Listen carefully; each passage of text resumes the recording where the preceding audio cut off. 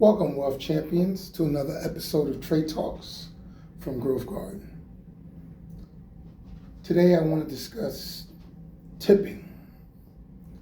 Are we taking care of ourselves as well as we take care of others?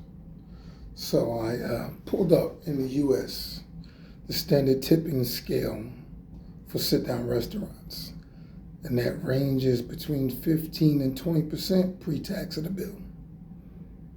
While 15% is considered acceptable for average service, 20% has become the standard for good service, and 25% is what is suggested for excellent service. And believe it or not, even if you get poor service, they say the recommendation is still warrants of 10 to 15% tip to cover staff costs. So wait, even if I get poor service, I'm still supposed to tip 15%? I don't know. Tell me, what do you think in the comments? Do you agree with that? Do you not agree with that? What are your feelings? The thing that comes to mind with me when I read this article, I'm like, I wonder, are most people taking care of themselves? Are they paying themselves first? Are they tipping themselves 10%, 15, 20, or 25%? Meaning, are you saving 10% of what you earn, 15% of what you earn, 20% of what you earn, or 25% to be excellent to yourself, like the excellent service? Are you investing that? Are you saving that? I actually did a previous video. You can look. It's called 75-15-10 plan that goes into a strategy of what do you do when you get paid or money comes into your life, basically. So that begs the question. If you are tipping 25% for good service, but you're not saving or investing 25% for yourself, what does that look like? What does that feel like? Are we hustling backwards? Are we taking care of others more than we're taking care of ourselves? Or are we doing both? Are we taking care of ourselves first, and then with the overflow or surplus, we are now taking care of others? I'm curious.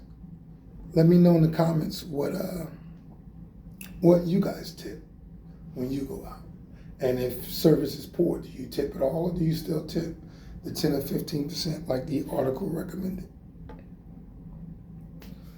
While I'm here, I also was asked to discuss another strategy besides the 75-15-10.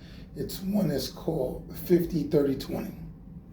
So basically, 50% of whatever the money that comes into your life, you spend that on your necessities, up to 50%, let's say. And then 30% you allocate to your wants and enjoyment, and 20% you allocate to investing or saving. Me personally, I think the higher number for investing and saving would be the better strategy, because investing and saving is how you grow your wealth. Through investing and saving, it actually is insurance, cushion, for unexpected expenses or unforeseen setbacks in life. And I don't know about you, but lately, a lot of people have been talking to me and saying that it seems like things are harder, more expensive, and a lot more setbacks show up in life. So I think we need to increase that savings rate to cushion that. Now, the beauty of it is once you get your savings goal achieved, now you can redivert any of those percentages.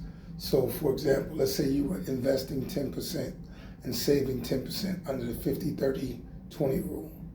You would actually once you reached your target goal for your comfort fund, your emergency fund, whatever you would like to call it, for a simple number, let's say, I don't know, it's $12,000. You save that money. So now the 10% that will come into your life will now go into investing.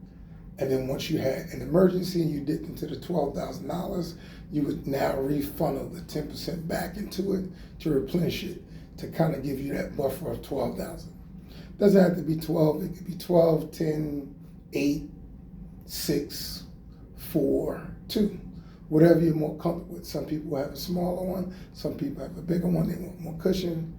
Some people, financially things are tighter, so it may take you longer to get to 12,000 as opposed to saving 2,000.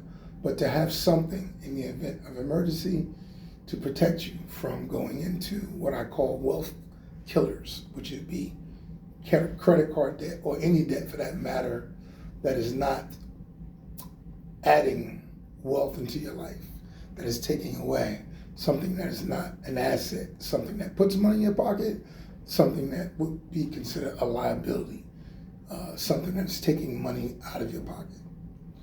So yeah, that was just a quick short video that I wanted to talk about today.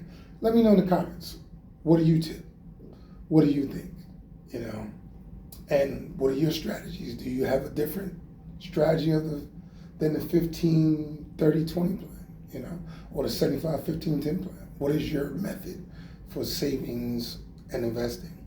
Or do you even have a method at all? Once again, thank you for tuning in. And if you stayed in this long, appreciate you. And if you got anything from this, please share it with someone else or someone that you think could benefit from this. And support the channel. Be the fertilizer. Subscribe, like, comment, and share. Thank you. Until next time. And remember, the rest of your life will be the best of your life.